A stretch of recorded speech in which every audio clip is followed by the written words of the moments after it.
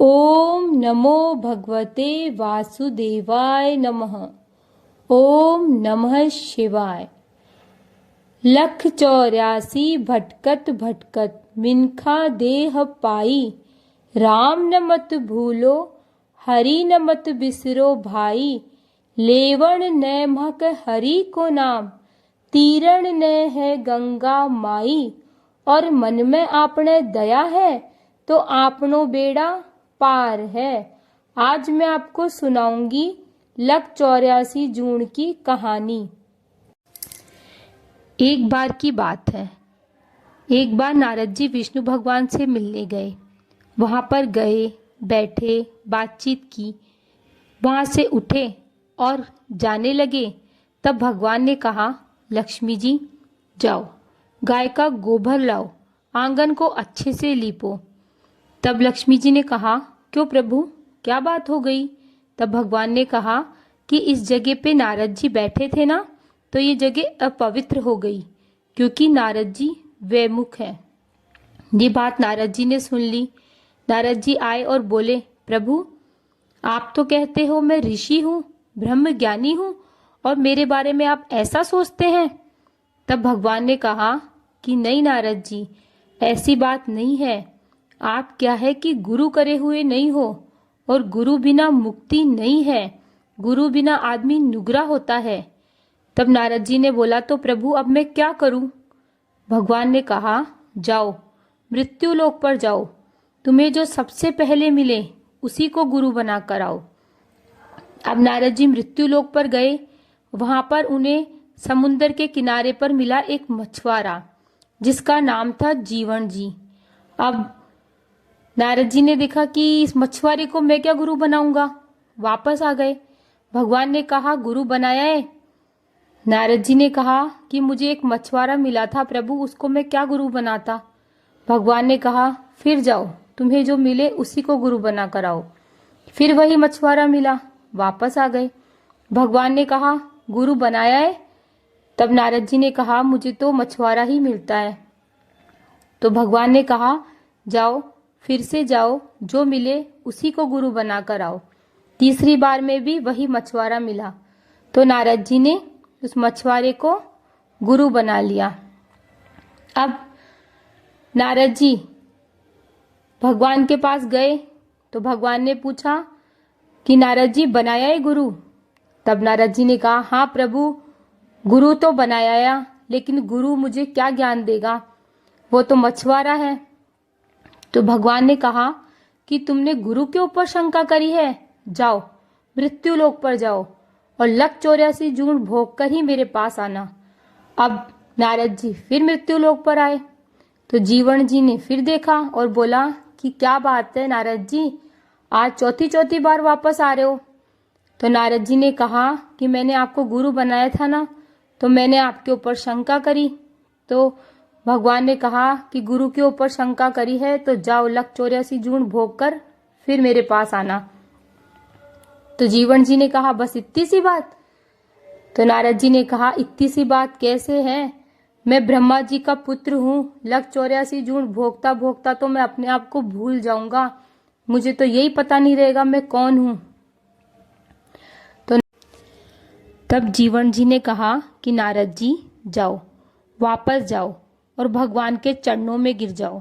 भगवान को बोलो कि हे प्रभु, मैंने तो लख 84 जून देखी नहीं, आप एक बार मुझको कागज पर लिखकर बताओ कितने जीव है, कितने जंतु हैं।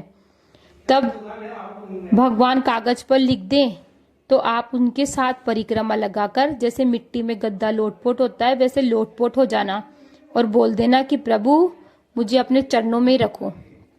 अब नारद जी ने देखा कि भाई बात तो सही है, एक बार आजमा लेता हूँ।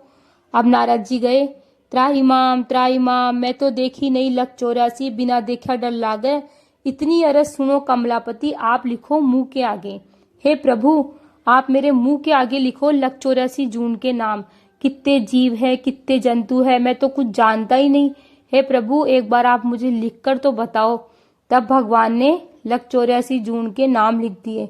ठाकुर जी ने लख 84 जून के नाम लिख दिए और नारद जी ने झट पर्चा रखा और 7 परिक्रमा लगाई और मिट्टी में गद्दा लोटपोट होता है वैसे लोटपोट होकर बोले त्राईमाम, हे प्रभु मैं तो लक 84 जून भोग लिया, अब मुझे आप अपने चरणों में रखो। तब नारद को नारायण पूछते हैं कि ये विधि कौन बताई तेरे को भाई नारद, इतनी देर तो तेरे को ये ज्ञान ही नहीं था। ये गुरु बनाया, जब गुरु ज्ञान मिला ना तेरे को तो गुरु बनाना, गुरु बिना मुक्ति नहीं है।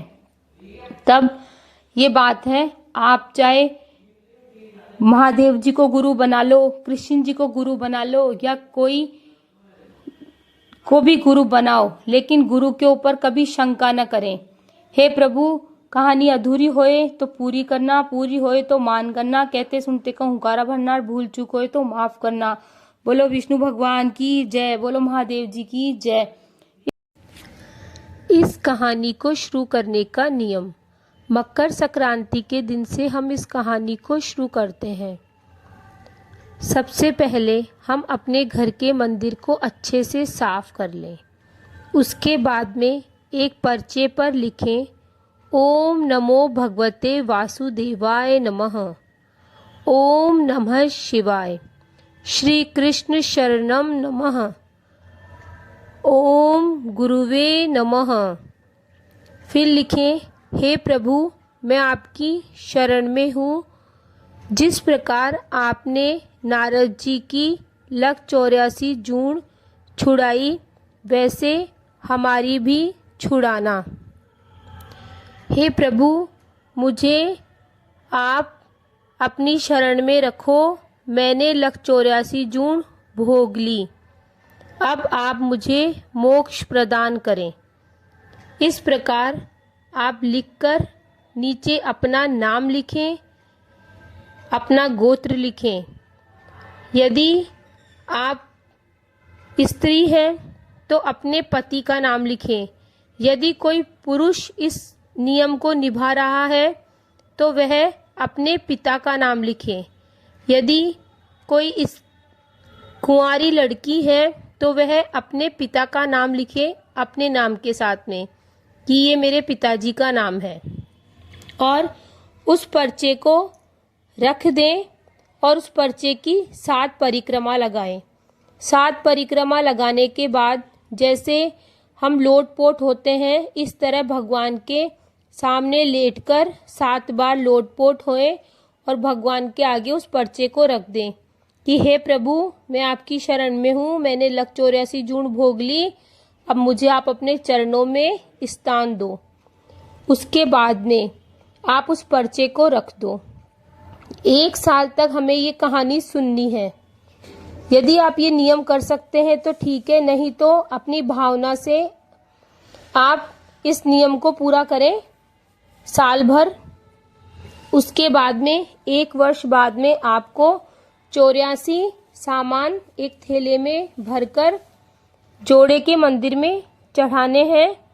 और जो वो पर्चा अपन ने लिख के रखा है ना, जब भी हम भविष्य में कभी भी किसी भी तीर्थ पर जाएं, जैसे हरिद्वार, पुष्कर, गंगोत्री, कोई भी जहाँ पर तीर्थ में नदी हो वहाँ पर इसको विसर्जन कर दें और भगवान से अरदास करें कि हे प्रभु आप मुझे इस 84 के जंजाल से मुक्ति दिलाएं, मैंने लक 84 जून भोग ली, अब मैं आपकी शरण में हूँ। ओम नमो भगवते वासुदेवाय नमः। कोई गलती हो तो हे प्रभु क्षमा करना।